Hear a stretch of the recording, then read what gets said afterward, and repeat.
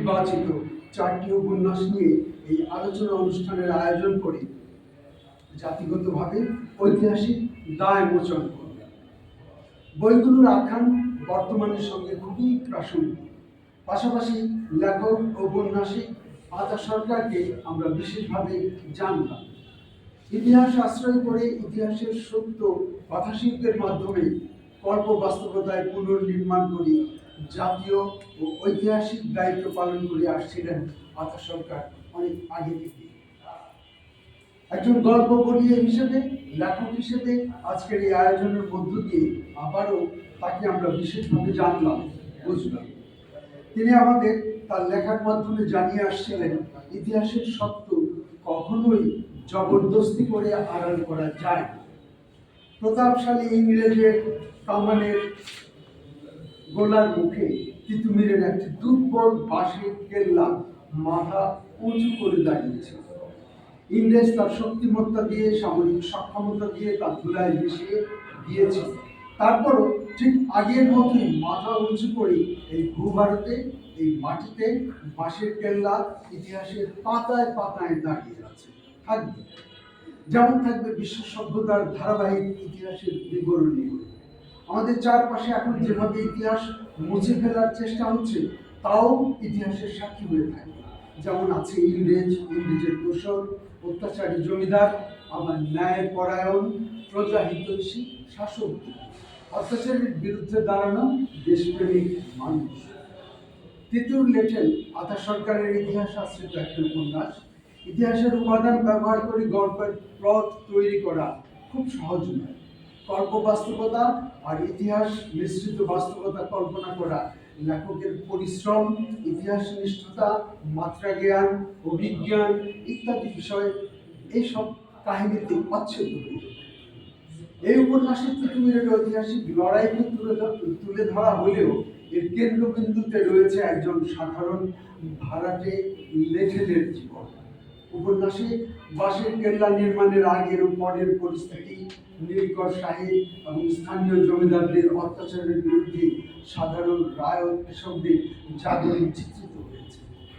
আতা সরকার ঐতিহাসিক চরিত্র তিতুমির এবং তার পরিপার্শ্ব, পরিবেশ, সহচর, সামাজিক অবস্থা, রাজনৈতিক পটভূমি সবকিছু গল্পের আখ্যানে তুলে আনার চেষ্টা করেছে।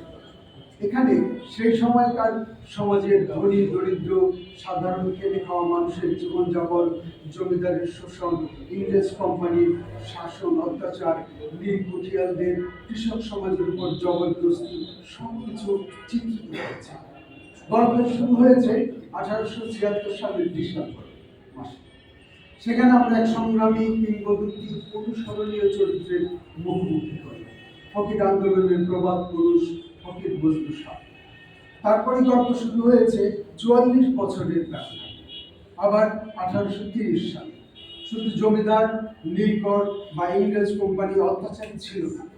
এদেশীয় কর্মচারী, নায়েব, গোমস্তা, এমনকি সাধারণ লাঠিয়াল এরাও স্বদেশীর উপর অত্যাচারে অকুণ্ঠ ছিল।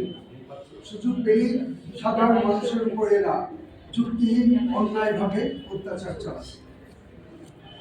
সমাজের ধর্মাশ্রিত সাম্প্রদায়িক বীজ বৃক্ষ সেখানেও ছিল।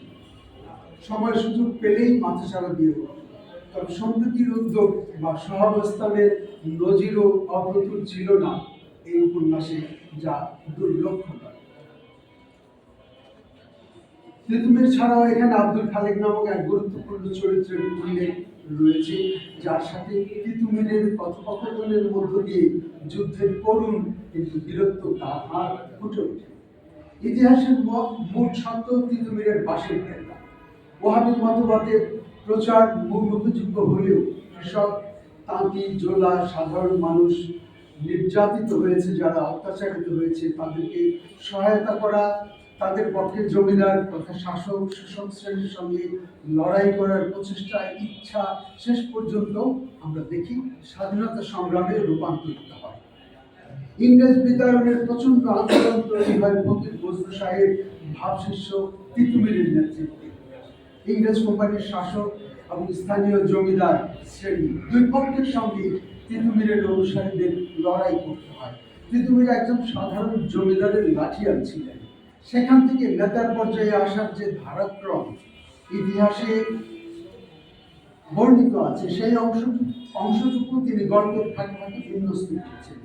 মূল কাহিনীর ধারাবাহিক বিস্তারের মাধ্যমে আব্দুল খালেক একজন সাধারণ লাঠিয়াল যুবক, বাবা আব্দুর রহমানের প্রধান কমিশন। এখানে ঔপন্যাসিক আতার সরকার নাটকীয়তা সৃষ্টি করেছেন কখনো কখনো কাহিনী নির্মাণের মাধ্যমে।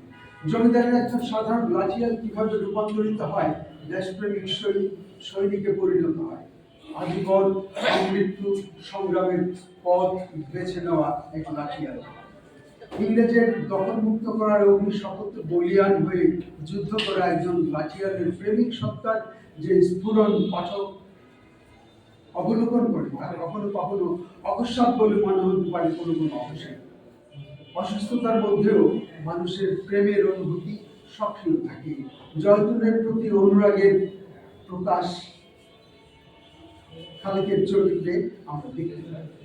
গল্পের কাঠামো নির্মাণের জন্য ঐতিহাসিক চরিত্রের পাশাপাশি বেশ কিছু কাল্পনিক চরিত্র লেখক সন্নিবেশ করেছেন। যদিও সম্ভাবনা থাকা সত্ত্বেও চরিত্রগুলো বিকশিত হয়নি, কিন্তু গল্পের দাবিতে হতে পারত। উপন্যাসের কলেবর নিয়ন্ত্রণে রাখাও হয়তো এর পিছনের একটি অন্যতম কারণ। এই উপন্যাসের কাহিনী, ইতিহাস ও দেশপ্রেম ছাপিয়ে একটি বক্তব্য প্রধান রূপে প্রতিভাত হয়েছে। বক্তব্য ফুটিয়ে তুলতে অনেক ক্ষেত্রে গল্পের চরিত্রের প্রতি সুবিচার করা হয়নি। জয়তুন ও খালেকের প্রেমের রোমাঞ্চ সৃষ্টির আগেই তাদের বিবাহ অনুষ্ঠান সাধিত হয়। ফৈয়াজ খান তার রহস্যময় আচরণ অমীমাংসিত রয়ে যায় উপন্যাসে। উপন্যাসের আদ্যন্ত আমরা মিসকিন সাহাকে পাই ঘটনার নিয়ন্ত্রণ ও ঘটনার বিকাশে অনুঘটকের ভূমিকায়।